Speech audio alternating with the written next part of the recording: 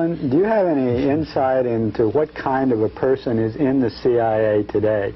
We talked about the earlier generation of people that thought they were doing good, fighting for democracy, freedom, etc., against communism. We've seen the disillusion of that generation. We've read their books, people like John Stockwell, Philip Agee. What kind of person is in the CIA today after all of these revelations of the evil that they've done all over the world? Is it sort of a cynical, careerist, opportunist? Probably, but I think they're trying to recreate, you see, the consensus. And one of the reasons we're having investigations was to create, yeah, that was in the past, we were doing those things, we're not doing them anymore. Because I said, and you know, a lot of people think they're under pressure to get a job, and so the CIA has been very active on campuses recruiting. And, but the problem, you say, they're having, as I said, much of the world, I think if you mentioned 20 years ago the word CIA, nobody even knew what it meant. If you mention it today, people might not have a very clear sense of what it is, but they do know that the CIA had something to do perhaps with assassinating people, that it was involved in the coup in Chile. The things they might not know is its extensive operation of the trade union movement, its extensive penetration of the American media, its use of religious groups even, and its continuing use of religious groups.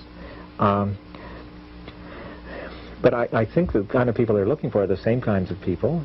They have to be people who believe in what they're doing, who are motivated. But I think in this case, some people are probably saying to themselves, well, it's a job like any other job, because a lot of it is pushing around paper and analyzing. You know, the CIA has a lot of intellectual people who do analyses of societies. Same thing you would do if you were a professor, and don't see any problem, because they don't have to face what's at the end of the line, because the CIA is the kind of organization that will, to accomplish many of its most vicious ends, it will be the command and control. It will hire local people, because they're poor, you can buy them very cheaply, and the actual trigger pulling will be done. That might be the one difference between the CIA and, say, other secret police forces, is the Americans have an American way of doing it, and they don't like to pull out the fingernails, you know. In other words, somebody else, just find somebody else to do it. And so you don't have to face the moral consequences. Yeah, it seems to, go ahead. Yet someone that's working for this agency and seeing all these revelations of all the dirty tricks and evil deeds done by the CIA must know that this agency is doing all of these things. And how can one rationalize this, or is it just suppressed? Well, what they do, you see, in other words, this is where, for instance, they are trying to do everything they can to destroy the reputations of people like John Stockwell and Philip Agee, because those people create such a bad example. So therefore, Philip Agee, they have accused him over and over again of working for the Cubans or working for the Soviets. John Stockwell, the same kinds of things. I mean, the senator from Utah, Hatch, essentially got into a discussion with him at a Senate hearing. Because what they don't want Americans to realize is that they have nothing to do with American patriotism. I mean, I can tell you that the people who are running the CIA now, if they had been in the American Revolution, they would have been running the British Army. How so? I didn't get that. Because they are on the side of manipulation. They don't believe in democracy anywhere, certainly not here and nowhere. They're not interested in defending anyone's real security. They're an instrument which defends certain very powerful economic interests, which are just as willing to see American workers fired if they're not going to be making money, as they would to see Guatemalan workers killed. And that's the reality of it, and they've wrapped themselves up in the flag too long. You take a person like John McCone, director of the Central Intelligence Agency, on the board of directors of International Telephone and Telegraph, one of the founders of Bechtel Corporation. You look at his life over the last, he has not given a single drop of blood ever to this country, and he certainly made himself enormously rich. And you contrast that with the life of many other people have gone through. And he, you know, appears in the film and justifies what they did in Chile, because International Telephone and Telegraph was worried that their telephone company was going to get nationalized in Chile. And the Chilean government did nationalize it and compensated them for their book investment. In other words, their declared investment, $30 million, whatever it is, which they declare as the worth. they didn't feel that was justified, because of course they were under-declaring what the real wealth was, so they wouldn't have to pay taxes. So they kind of got hoisted by their own little tax evasion scheme. It looks like the CIA then is the massive hit squad of the multinational corporate system. Yeah, I think that's why the film is called On Company Business. You know, it's interesting is the CIA, the people in the CIA refer to themselves as the company. And if you look at strictly, if you look at, say, the world situation, the geopolitical situation, the United States has two, and now actually four major rivals. It used to just be the two major communist countries, the Soviet Union and China. The CIA has never had any success at all against those two countries. In the 50s, they were parachuting people into Russia to set up guerrillas, and they all got wiped out the moment. China, the same thing.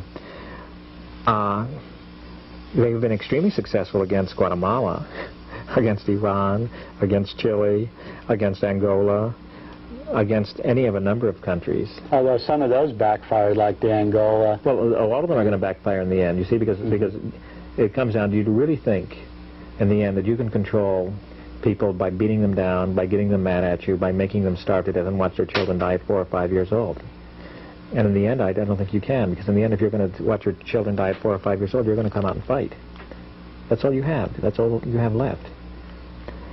And so, and one of the great stories I like to tell is how James Angleton, the head of the CIA's counterintelligence corps, and this is the part of the CIA which is designed to protect the CIA from penetration by Soviet agents.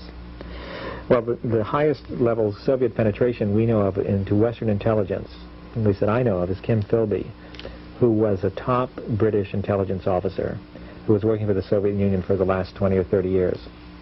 He was stationed in Washington to be the liaison between the CIA and the British intelligence service, particularly on Soviet affairs. And Kim Philby at one point was in charge of these parachute drops into the Soviet Union. And of course, these people never survived. When he was in Washington, James Angleton, who loves the British, is a great Anglophile, he went to Yale University and thinks Cambridge and Oxford, he would have lunch with Philby about 3 times a week, and God knows what they discussed.